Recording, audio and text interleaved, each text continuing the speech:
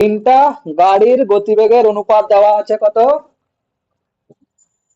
5:4 কত 6। বের করতে হবে কিসের অনুপাত? সময়ের অনুপাত, তাই তো? আর এই কাজটা কখন করতে হবে? যদি দূরত্ব, অতিক্রান্ত দূরত্ব একই আছে। তাহলে অতিক্রান্ত দূরত্ব যদি সেম থাকে, তাহলে এস আর টি এর মধ্যে কি সম্পর্ক আমরা জেনেছি?